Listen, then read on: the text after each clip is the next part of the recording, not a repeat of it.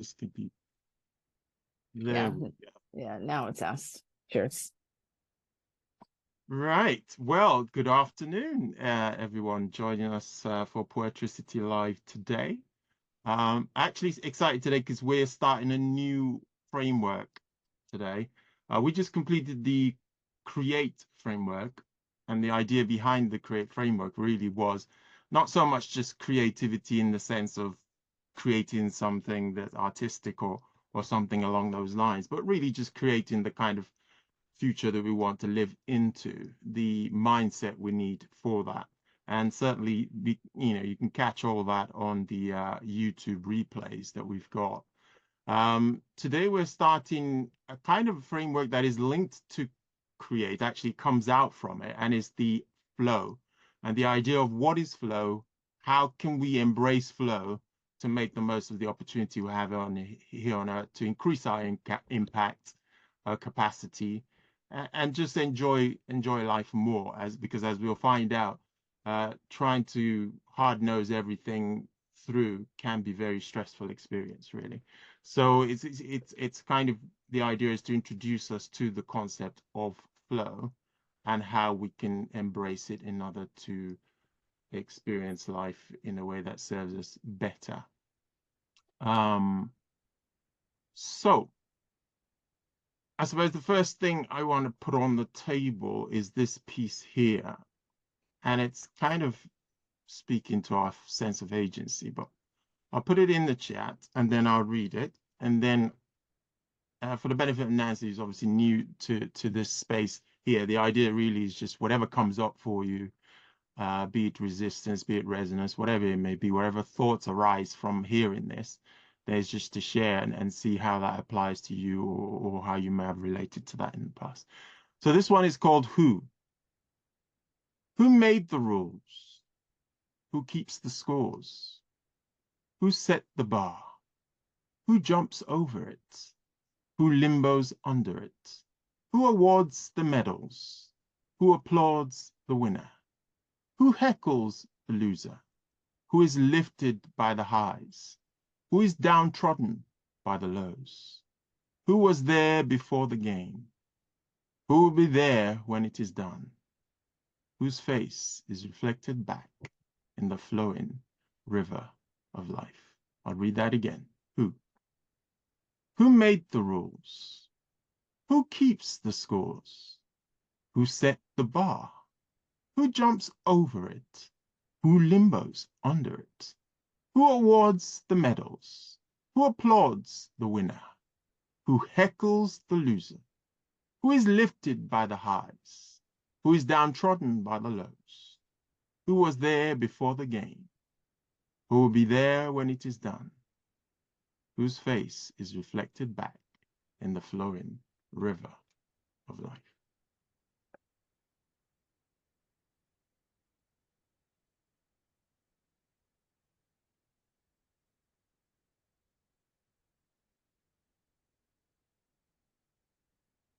What do you think this is pointing to?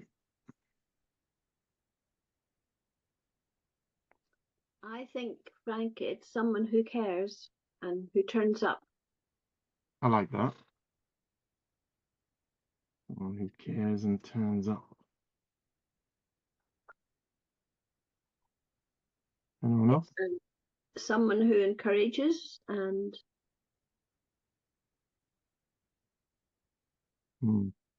gives hope.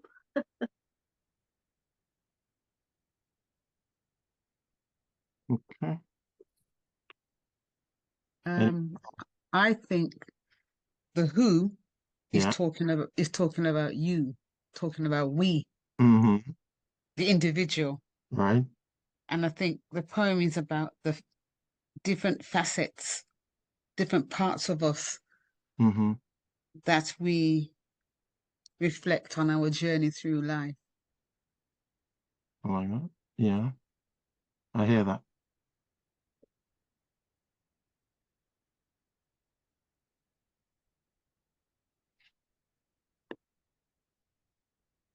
Anyone else? Nancy, anything coming up for you on this one? Yeah, no, I really like it. It's there's just so many questions for reflection there. But I'm like, who sets the rules? Who are they? The infamous they, right? Like, how dare they set the rules? And there are no scores for life. You know, it's like, quit keeping score. You know, we're all, and then towards the end, I'm thinking we're all reflected in the flow, the river of life, and the diverse richness and the tapestry of multiple ways of being in this world, and there are no rules. I love that. And so that's what I'm thinking. Yeah, thanks for sharing that. And it's that and all that and more. It's Yeah. the beauty of the piece is this idea that we often lose track of our part in this dynamic. Mm. And when we're not careful, what happens is we become the victim of something that we are actually a co-conspirator of, if that makes sense. And it's kind of pointing to a sense of agency where you can look back in that river and realize, oh, it's me. I can decide to give myself the room and the space to be and not keep kicking myself because of the rules that I made and the scores that I'm keeping.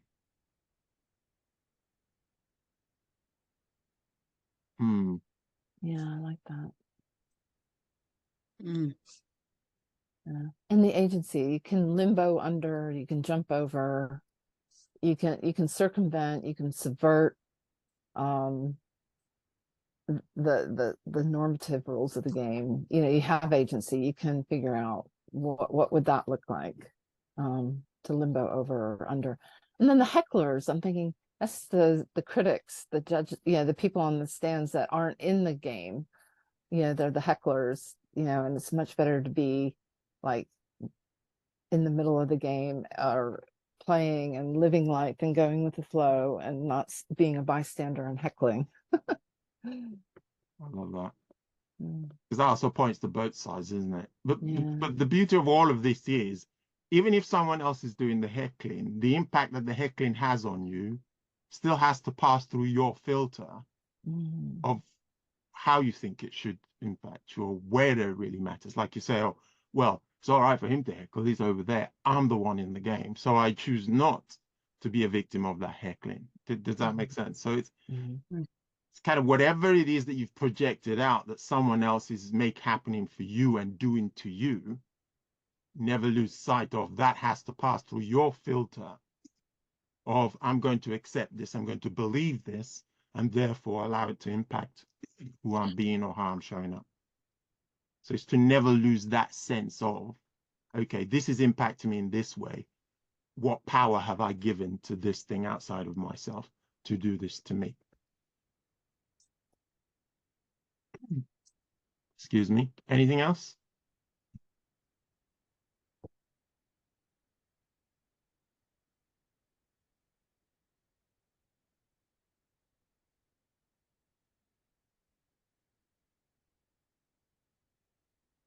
Right. I'm going to do a piece now, which has, it's still along the lines of agency, but we'll see how it shows up. Very short one. Had to. When I had to, I did not want to. Now I don't have to. It's a pleasure to do so. Had to. When I had to, I did not want to. Now I don't have to. It's a pleasure to do so.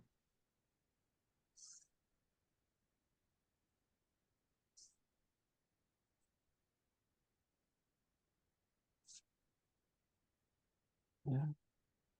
I like this one, Frank. I like it a lot. I think it's just we don't realize, like when we think that we have to do something, then we feel like we're imprisoned by it and we're trapped.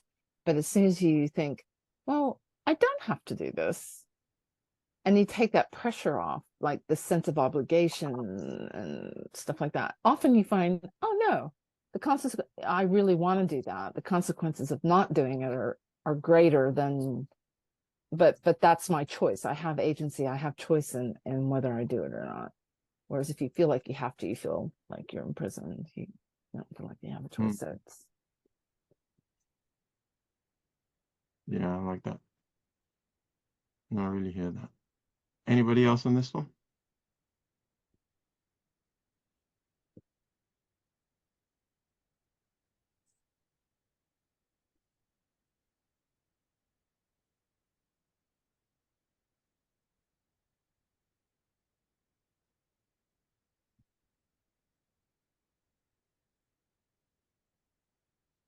To me, I suppose it's the different ways in which we approach something that needs to be done. Mm-hmm. Whether we can either approach it with how we approach it is going to determine how much we either enjoy it or not enjoy it. I love that. Yeah, I really hear that. And it's this thing about there's a great reframe with things like this. If you change it from I have to I get to. So I get the pleasure of having to do this. All of a sudden changes the energy around the doing. And in some cases, genuinely, you don't like doing it and get someone else who enjoys doing it to do it and pay them to do it or whatever. Yeah. So it's not saying that everything has to be something you're going to enjoy doing and you have to do, but it's just being conscious of how you're relating to the doing of the thing. Can you reframe it so that you have a different relationship to it and do it in a different energy? Or can you find somewhere else for that task to go? Or actually establish it doesn't need doing. There's just a story you made up about having to do it. There's so many angles around that. Muriel, anything for you on this one? Well, I've had to do a lot of things I didn't want to do, but I guess it depends on your lifestyle as well and things that are happening, circumstances. Hmm.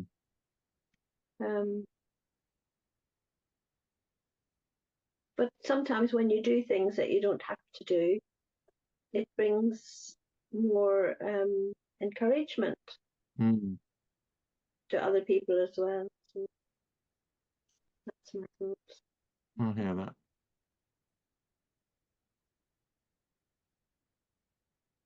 So I suppose that the call there really is that idea of being aware of your relationship to the doing of something. I mean, for myself personally, what I found is if I find myself procrastinating something, I have to go back to my relationship with it. Is there a sense of I'm only having, there's there have to energy around this doing?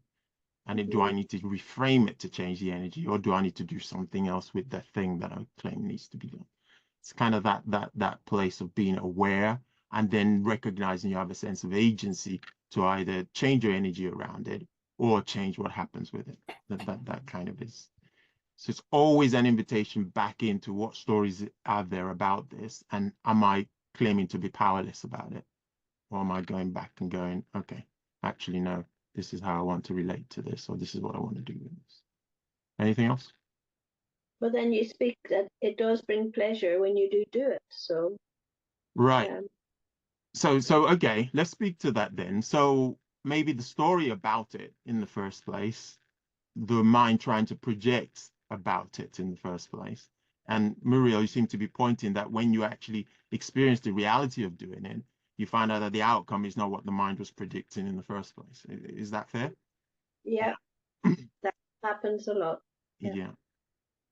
And again, that's something to be aware of. What story is my mind creating about doing this thing that makes it feel like a chore? So what is it?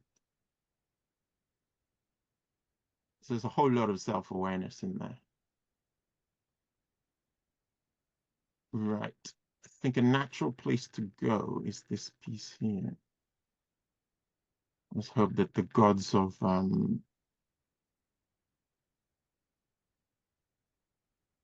okay. The gods of chat will not allow us to take a piece like this in one go. So we're gonna have to be clever, shall we? Stick it into two chunks and then we'll look at it.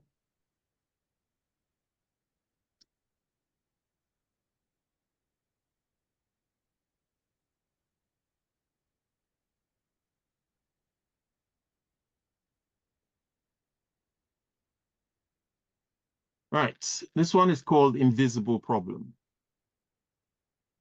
Ever tried solving a problem, the kind you're not willing to have? The one that represents your inconvenient truth. You walk right past it in the morning, never daring to take a second look. Keep walking, keep hoping.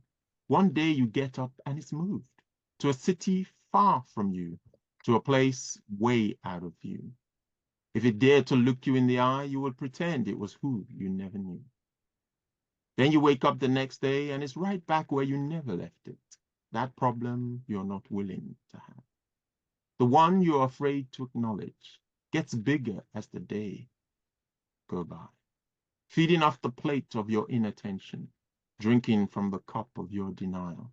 Day after day, it balloons till it fills the room, dancing badly to the tunes of your own silence, till the tremors shake you to the core, till in your own space you can move no more, squeezing you till breathing becomes a chore, measuring itself in the mirror of your avid glances, weighing itself on the scale of your underestimation, invisible in the world of your fantasies, at large in the world of your reality.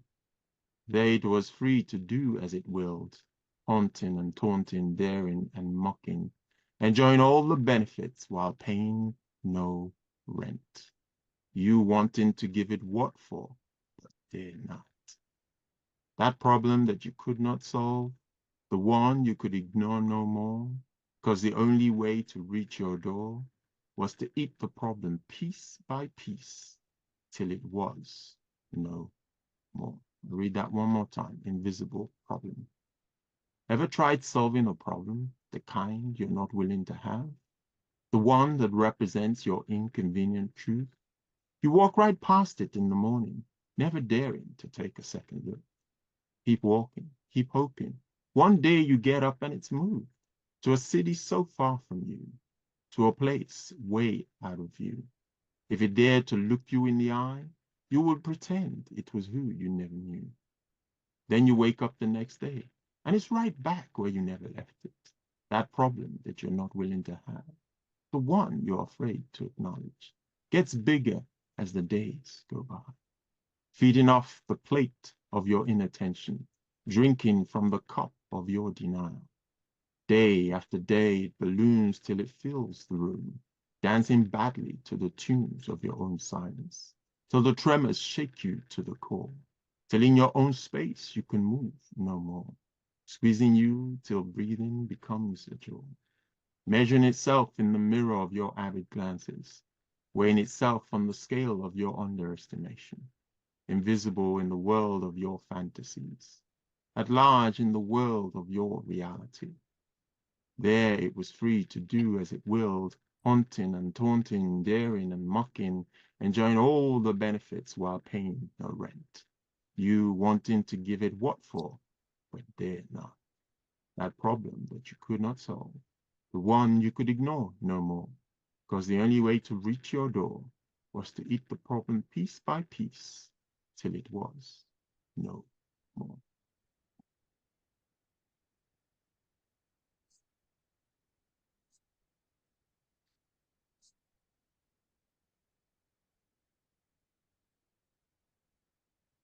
Well, that big problem you're going to eat piece by piece is going to give you indigestion. I love it, Maria. I always trust you to bring the sense of humor into this space. So how can we avoid having indigestion then, Maria? What do you suggest? Give it to somebody else. let them have the indigestion. Oh boy, that is one way you could deal with it. Yes, I suppose. I'm just thinking the name of the poem could be Procrastination. Yes, yes, I hear that. Yeah. Really, One of the names. Anyway. yeah. Yeah. It's my main tool of when I don't want to do something. Yeah, me too. That's why I can so relate. Yeah. When you say, Frank, never daring to take a second look, perhaps when we look at things differently or from a higher or a different perspective, it's not such a problem in the first place. I love that. I love that. And that will tie in nicely to the piece we covered before, wouldn't it? I like that. So that's one way of it becoming a problem no more. Yeah. Yeah. No, I hear that. Anyone else on this?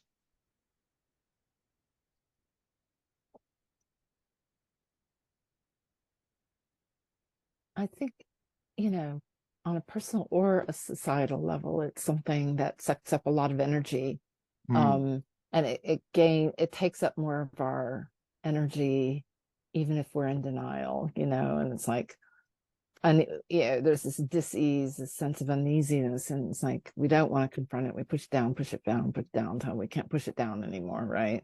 And then it just erupts, and it's worse than if we would have dealt with it. But sometimes we don't know what we don't know. It's this denial, right? So like people just not being aware of a political issue or a social justice issue, and then it just erupts in their face and they can't deny it anymore. It's at their door. It's like, finally, you can't look away. It's just like right smack in your face. And you have to do something about it. And that's the beginning of awakening too. I like that. I like that. So that's redeeming in the sense that sometimes it's a gift if you're so unaware that it actually does blow up in your face, because then you have to deal with it. And then the question being is there a way to live in a way that's more aware that it doesn't get to that? So because it uses a lot of energy, as you said. That's the invitation. Claudette, were you going to say something, my dear? Yeah, I was going to say this. It's almost like looking for an escape route. I like that. Yeah, say more.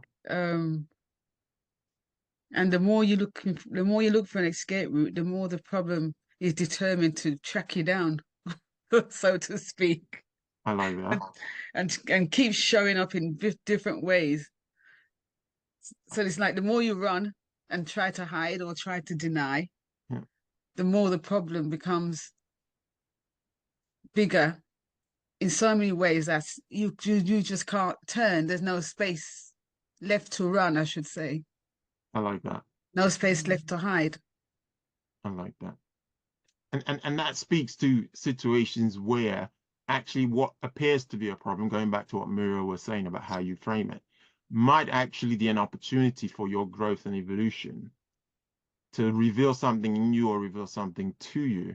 When it's those kind of scenarios, the universe doesn't give you a pass.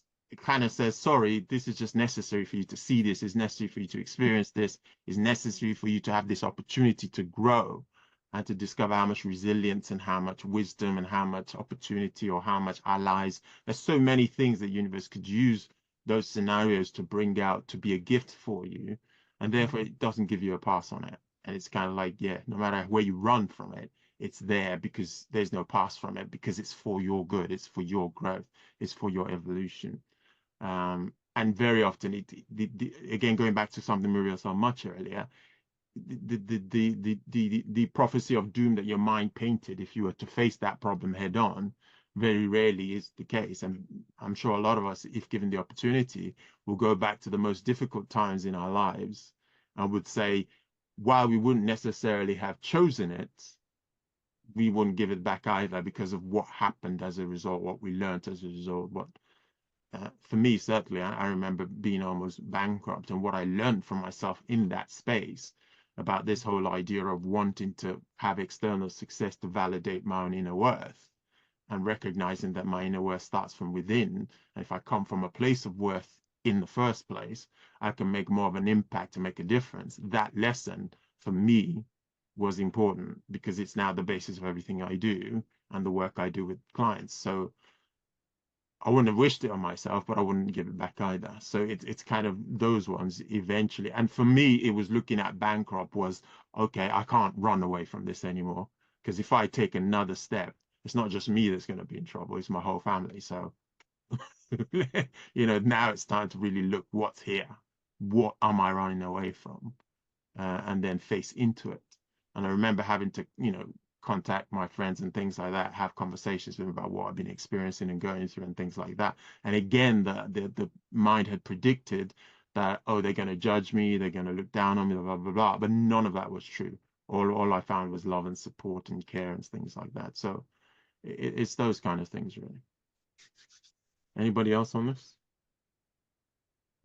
When you're talking about the universe wanting to teach you something, it's like, if you don't, the universe is really compassionate and wants us to learn and grow. And it's like, going through the wilderness for 40 years, you just keep going round and round and round the desert. until you learn the lesson. So if you Yeah. don't learn the thing the universe wants to teach you the first time, it's going to happen again Yeah. in a different scenario, you know, Yeah. and then again and again and again. There's no pass, Yeah. you know.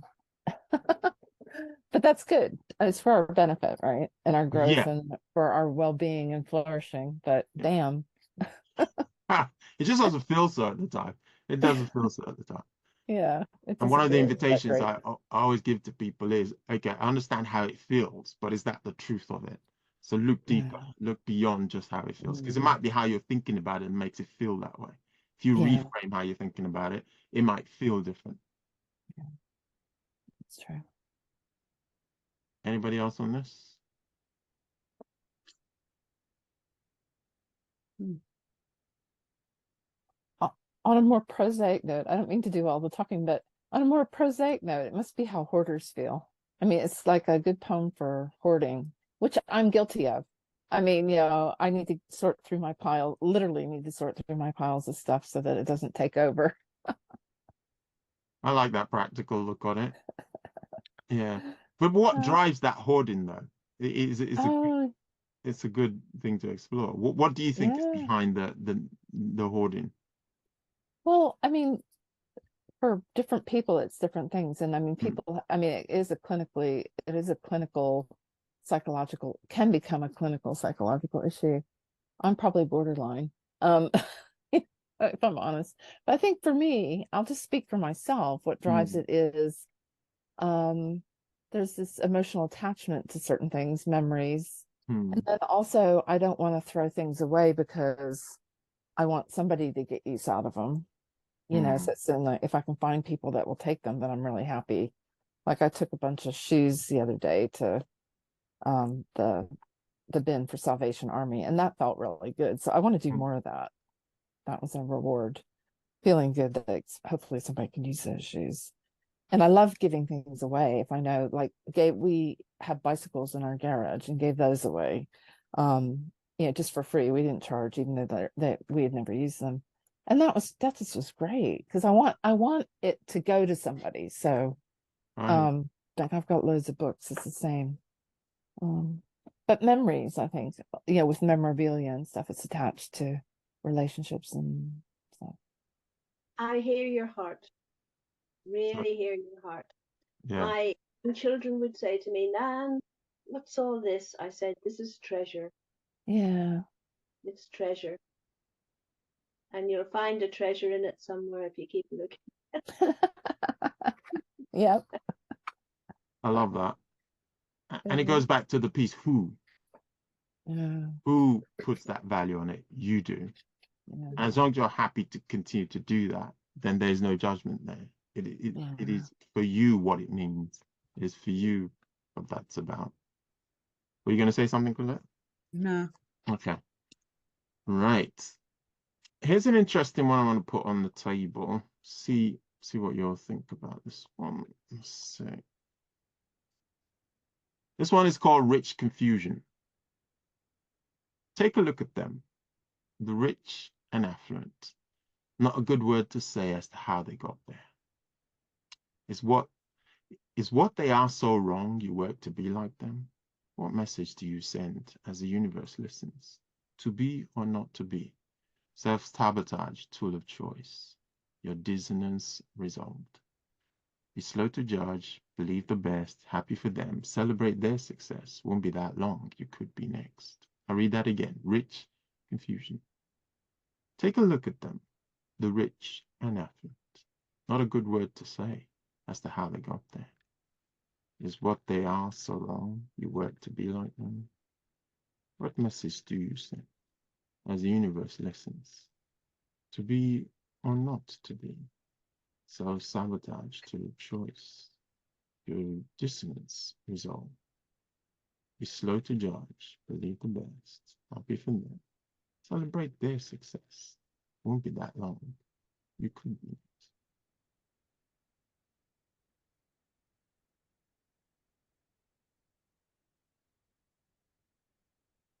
What do you mean by self-sabotage, tool of choice?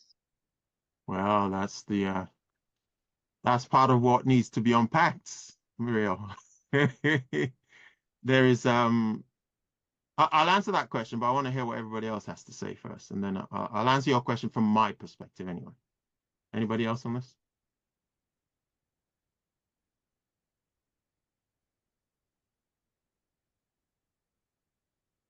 When you say be slow to judge, I find it really, really difficult when I go out into Ealing Broadway and there's people living in tents on the street, church grounds, and it's hard not.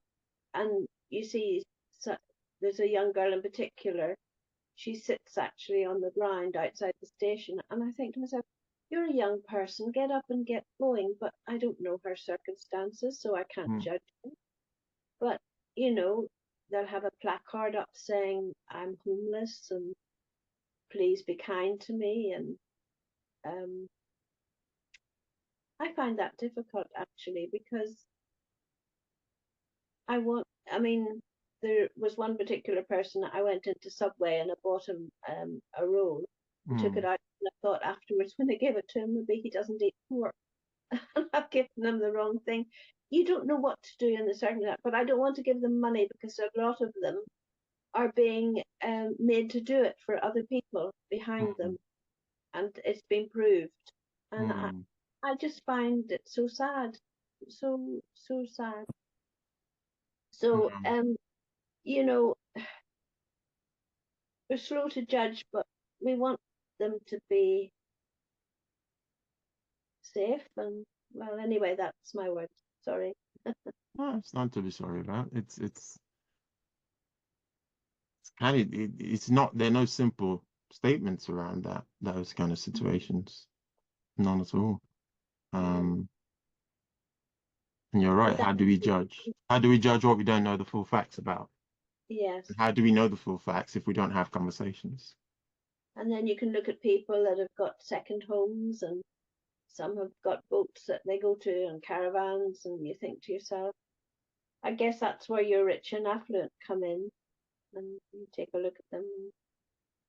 But then they've worked for that, so you know they've had the breaks, as they call it, to do that, and the attitude, maybe, I don't know. It's deep. It is deep, and you are speaking into some of the things that the point is talking about. So actually, you're on the cusp of answering your own question, but I will eventually come to that as well. Anybody else on this?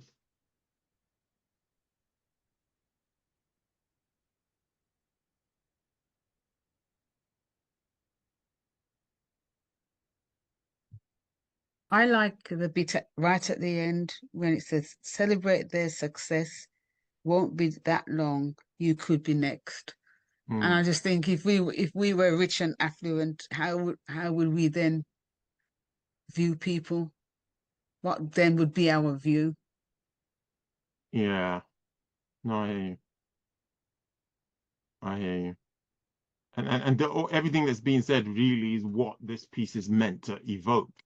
I know I've said it in the past. My idea is not, I don't want everybody to look at it and go, yeah, that's exactly what it is. No, the point here is, okay, what does this evoke in you when you look at this? And Muriel has so, gracefully put some on there. Claudette has just put some more on the table there.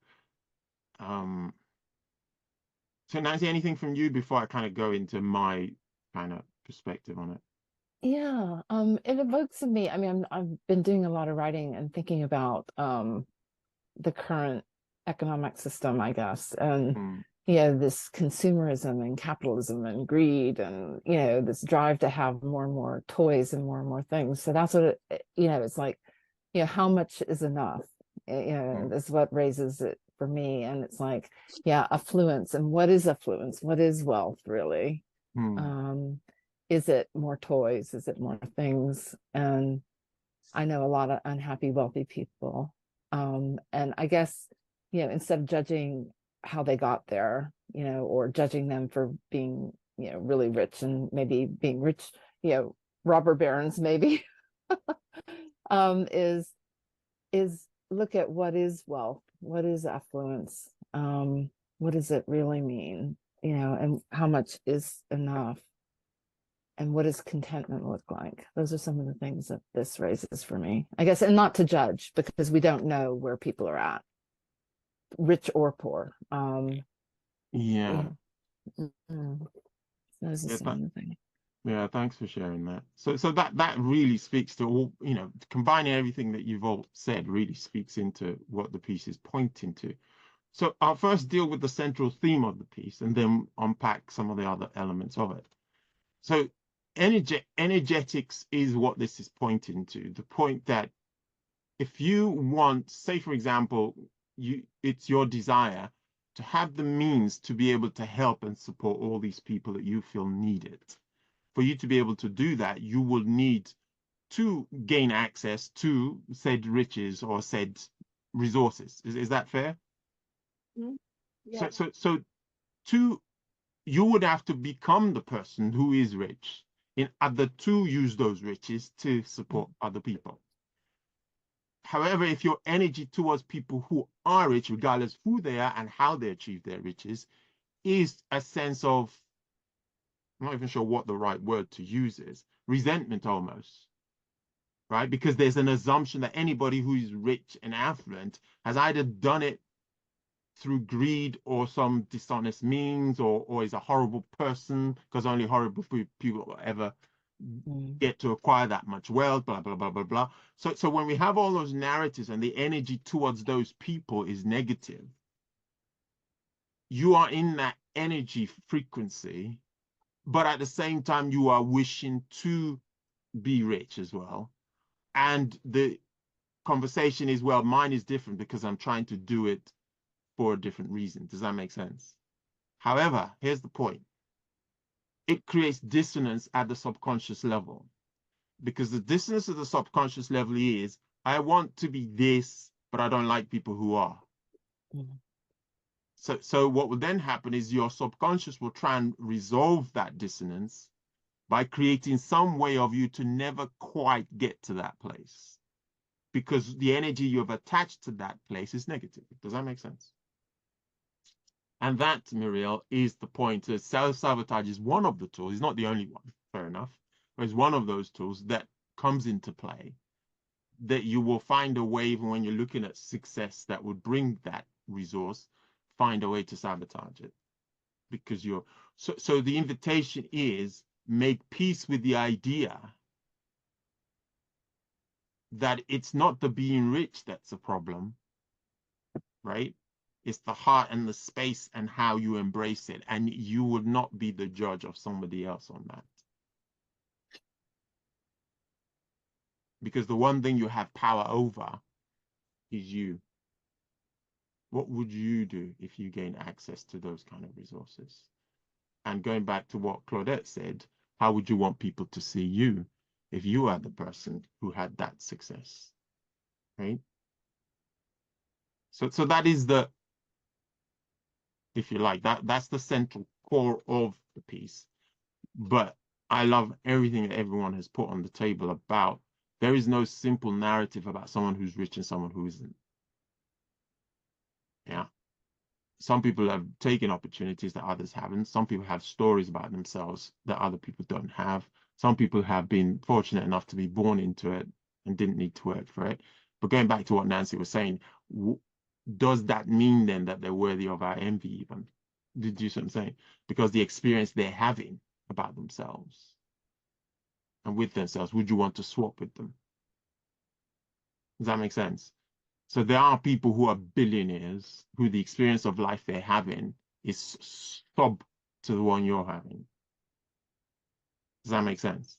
I remember someone was saying to me the other day, they met someone who'd inherited a lot of money, had affluence, and that person was saying to them, they're envious of their housemaid because their housemaid actually does work for which they get paid, and they can see the value of their work in what they're getting paid. And yet the person who is paying them, who has all the money because they inherited it, is envious of the fact that they get to have that experience. So that there is no simple narrative to just the external thing. It's the experience of it. And how, if you were seeking to experience that in order to do or use it in a certain way. It's understanding that the energy and connection you have to that, it can't be the thing itself is wrong. Does that make sense? Any comments, any thoughts? I guess the word that comes to me is we could be very covetousness of people, covet them, be envy of them. But like you said about the other chap that does the work and gets a purpose in doing it, he's got more satisfaction. But I was thinking the other day, you know, I'm not entitled to anything really. It's only God's grace and mercy that, you know, but then I did think once, Lord, if you did some way, somebody left me something or something, I would love to help this person. I'd love to help that. But then I think, would I actually do it? You know, it's a big, it's a big thing. I love that, actually, because that actually is exactly my story. Was that when I was talking about being close to bankruptcy, my narrative was, if only I can get rich, then I can help people. Yeah. That was my motivation. But ultimately, all I was doing was getting poorer and poorer anyway, so that's not going to happen. But when I eventually reset and recalibrated, what I recognized in that story was, if I want to help people, I better start helping them now with whatever I have in proportion to what I have now. Yes. Whatever that is, right? Which is what resulted in my project of the book Dream, and then raising funds for charities and all the proceeds going to charities. Like, well, I can write a book now. I don't have to wait to be rich to write a book now. I can write a book now, and if the book sells, the money will go to help charities, right? So if I died tomorrow, that's done. Because the other thing that came to me was, well, all the money I actually lost while trying to be rich has gone nowhere. I can't point to what it's done, right? If I took that same amount of money and went, oh, I'll just give it, at least wherever I've given it to, I'll know that that's done something there. So it's that idea that actually, if you're waiting to be rich to make a difference, it's a story. Check it, because the idea is all of us have got some riches somehow, right? If you haven't got money, you've got time, right? So there's always something you've got that you can use to be a blessing now. It might be just a chat to acknowledge and let that person know you see them. You acknowledge them. You haven't got anything to give them apart from acknowledging that they're there. Yes, Miriam. Go. It's interesting you were saying that, because just as you were all speaking, I was thinking it's not always about money. It's about I could be envious of you three with the knowledge that you've got and the way that you explain things, because not everybody can do that. So we can be envious of people's positions or their knowledge. But then they've acquired that knowledge because they've worked for it, or maybe God's just given it to them. Sometimes He inspires us in different ways. Yeah, I love that. I love that, actually. And this ties into what we're talking about. This, so even look at the energy behind envious, and I know that has different tastes to it, because I know the way you're using it, Mira, knowing your heart, is there's nothing malicious in that. Just like, oh, if only I could do that kind of thing. But there are taints of energy to that, where there's a sense of almost, I am not as good because I don't have, or how come they have it and I don't have? Does that make sense? So that there's those kind of energies. So again, it's kind of being conscious and aware of that, because ultimately there's two things to look at there. Is it a thing that if you needed and you desired, you could acquire, right? You could apply yourself to acquire. Is it just a feature of that person's calling or purpose in life, right? Whichever that may be, it's looking at, okay, I celebrate that for them. That is the energy that opens the door for that to come into your life, or at least for you to experience that person in an energy that's positive. Does that make sense? Any comments or thoughts to follow that up? It does, actually, because when I was younger, I didn't have opportunities to do what I'm doing now. when I'm 78 years old, I'm thinking, gosh, I'm learning so much more because I've got time and Oh, I want to learn more. Just before I was with you now, I was on a Zoom just before that to do with mental health mm, and to, to be involved in groups there and all of that. So it's not the fact of, I'm trying to say it's having the space and the time because people's circumstances are different in life, so on their journey. So yeah, I love that. And I think that speaks to something I mentioned earlier, and this whole thing about the mind takes shortcuts because that's how it's designed. Because it uses so much energy, it looks for ways to get to things quicker. One of those tools is comparison. So it uses comparison for relative worth.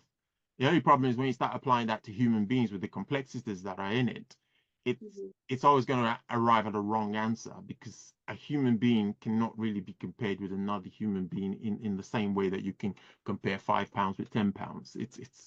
It's a multi-dimensional puzzle of which the destiny of that individual and circumstances are so nuanced and not in the hands of any of us that really what is the value of trying to compare one person to another in that sense of trying to establish relatives or things of that nature. And that includes doing that to ourselves, by the way, actually taking ourselves and comparing ourselves to other people and trying to, and ultimately the way that ends up is either we're going, I'm better than that person, or I'm not as good as that person. Either of those, how helpful are they? So it's this idea that actually learning to embrace the truth of what is here now and living from that place and recognizing when your thoughts put you in a position where you're not feeling good about yourself, is that helpful? So how can I reframe this thinking? Because I don't believe it adds to your life to be kicking your own self. Going back to our piece called who makes the rules?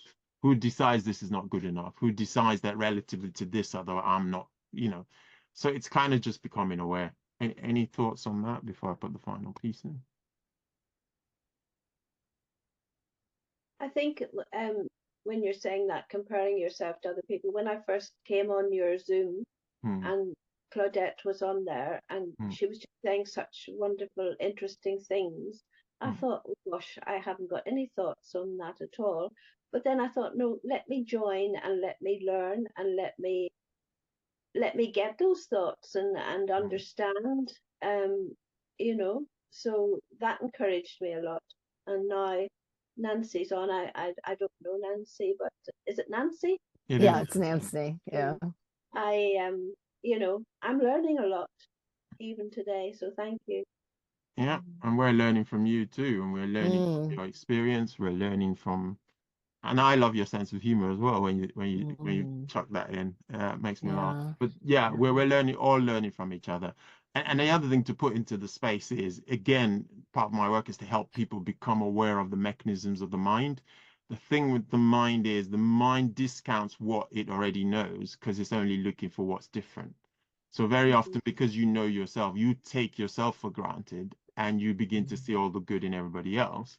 But other people see what's in you that you're not seeing because your mind is taking it for granted. Yeah. Because your mind recalibrates all the time. Go, yeah, that's good. We do that all the time.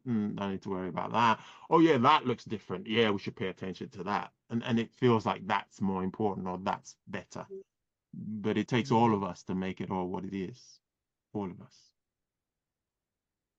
Nancy, were you going to say anything on that? Oh, I forget what I was gonna say now, but oh, I know. I always like when I talk to people who discount what they're good at doing. I said, Mm, that's a strength. That's your value added because mm, but you take it for granted because you just think everybody's good at that, and it's like, no, it's really special. So I just love this conversation because I love each perspective that people are bringing to the table, and different ways of thinking and their gifts, and their strengths. It's nice. I'm yeah. learning a lot as I'm sitting here. Thank you, everybody. All right. Thank you to everybody. It takes all of you to make this what it is. Mm, That's the whole point of it, really, is You know, I could just record a video on my own and say, yeah, this is the poem, this is what it means, boom. Yeah, but there's a good reason why that's not what's happening here, because this makes it richer, makes it beautiful, especially when we bring life experiences into it. Right, words and ideas. Good one to end on. No matter what anybody tells you, words and ideas can change the world. Without having those conversations, no action can be formed. Your perspective needs to be bold. Your perspective needs to be strong, showing it in its most honest light, in your storytelling and your work. Just what we need to build a greater world. I'll read that again. Words and ideas. No matter what anybody tells you, words and ideas can change the world. Without having those conversations, no actions can be formed. Your perspective needs to be bold. Your perspective needs to be strong, showing it in its most honest light, in your storytelling and your work. Just what we need to build a greater world.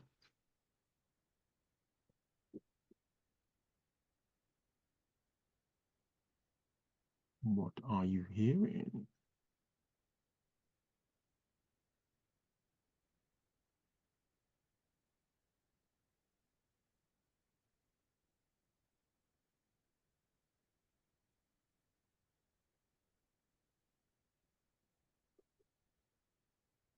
I'm just loving it. I just think everybody has a voice and a perspective, and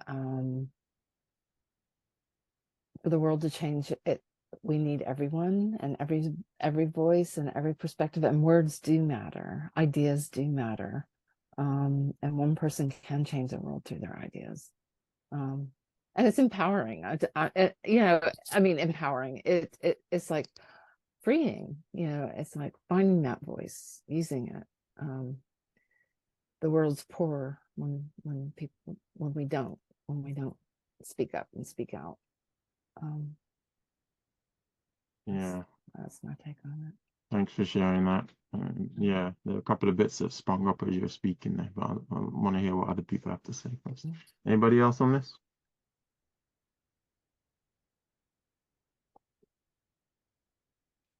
I guess it speaks to me about testimonies and about telling your own lived experience. Yeah. And it's your truth, right? It is your truth. Anybody else? I'm saying anybody else. The only other person is Claudette. Anything from you, Claudette, on this one? You think you're talking to your congregation? I was just thinking the benefits of sharing. Yeah. The benefits of sharing our ideas, our stories. Yeah. We never know that when we share our ideas and our stories, we don't know how much it can help somebody else who's listening. And it can go beyond this group to you sharing outside, and it helps somebody else. So it can have a ripple effect. I mean, sometimes I surprise myself on this platform because I'm a very shy person and I don't speak at all sometimes. So I've surprised myself every time I come on this platform. I just seem to have some form of confidence from God knows where to speak, you know. So I mean, at the moment I'm working with a couple of people who are recovering from a stroke. And I was speaking to a man yesterday who's had a stroke 9 years ago, and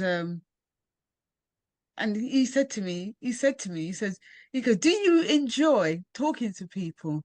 And I said, I think I do, you know. I think I might have, maybe when I was younger, nobody spoke to me. That's why I talk to people now. I don't know why, but I do enjoy it because I get so excited when I know that you're going to call me and talk with me. Oh, that's beautiful. You know. Oh, that's beautiful. I thought that was just so nice when he just came out with it, you know. Yeah. And he's you know, he's in his 80s, you know, so yeah, there we go. So I think, you know, if you got something to say and you have the confidence to say it, never feel that what you've got to say is less than what other people, you know. Don't measure yourself or your story against what somebody else. You come as you are with what you've got to put on the table put it on the table because you don't know who's going to run with that. That's right. Yeah. I love that. Absolutely. Yeah. I And love it was you that inspired me, first of all, when I came on the platform here. But I think Frank inspires us all with his wonderful words. But when I was a child, I had a stammer and I didn't speak much. I even hated being in school where we had to read around the class. Oh, And oh, I'll tell you, was nobody me. can stop me talking now. Yeah, I share that with you. I was in that similar position in school. I had a stammer and Did you? everything, and I used to hate it when they used to have to read part of the story and they go, the next reader, the next reader. That was my cue to say, can I go to the toilet, please? You know? I You used know? to stop going. I used to stop going to school, Claudette. Sometimes I used to say I was sick. Oh, Yeah. And Yeah. yeah, I remember when I used to be in a queue, and I used to be in a queue in a shop or in the post office. And then by the time I'd get, and I'd be in then, and I'd be so nervous about, am I going to be able to ask for the stamp? And I'd get myself, work myself up in such a state that by the time I came to the counter, you know, the words couldn't, either it came out clear, which it did sometimes, or sometimes it just couldn't come out at all. But then I just learned that there was no point working yourself up about something. Is just to be as relaxed as you can and speak your truth. And Yeah. Well, That's I don't know beautiful. if you can sing, Claudette, but I find that you don't stammer when you sing. Yeah, which is interesting. yeah, mm. that's Yeah, it's Isn't that probably amazing? because it's using a different pathway in the brain to Yeah. do that. But the beautiful thing about, thanks for sharing your experiences there. That's so Mhm. precious. And I'm sure people will be encouraged when they hear that, because there'll be other people who've had that. Is yeah, it's a common theme here is the brain trying to predict what's going to happen and then creating all this drama around it. And that opportunity to just be in flow and not be in your own head around it and just let what's there come out is a beautiful, powerful thing. And that's what flow is about. The other thing I want to point out quickly is this idea that what everyone has to say and what is their truth matters. And it might not matter to everybody, but there's somebody, at least one person out there to whom it matters. And for them, it means the world to be able to hear it and hear someone else's experience and recognize that it's not just me, someone else. So we're definitely creating things that would, and this gets recorded, puts on YouTube. 20 years from now, we don't know who's going to find it and go, wow, that was me. And now I know there's hope, because if these people had that experience then and look at them now, then there's hope for me. Keep hope alive. Keep hope alive. Yeah. And yeah, and this idea of, again, it just speaks about comparison not being helpful, being aware when it's happening, and then just reframing all of that. And yeah, we all matter, and we all have a world that we live in, and what we do in those worlds matter. And finally, this piece was for me because I had a habit of filtering myself. I always prejudge what I'm going to say and go, nobody wants to hear it, don't worry about it, leave it. So actually, it's a journey for me as well to share my ideas and my thoughts around things and let it be what it is and let whoever gets from it what they get from it. That's not my mind to control or worry about. So, wow, gosh, 13:04. Where did all that time go? Wow, very quickly. It's been a great pleasure to have you all, and Nancy's particularly because it's your first time. I hope you had a great time. We enjoyed your conversation. Yes, nice meeting you. Nice meeting you, everybody. Thank you for letting me crash your party. I'm gonna There's come no such thing, again. man. You I'm added gonna come again. to the value of everything, just like Thank we all you. did.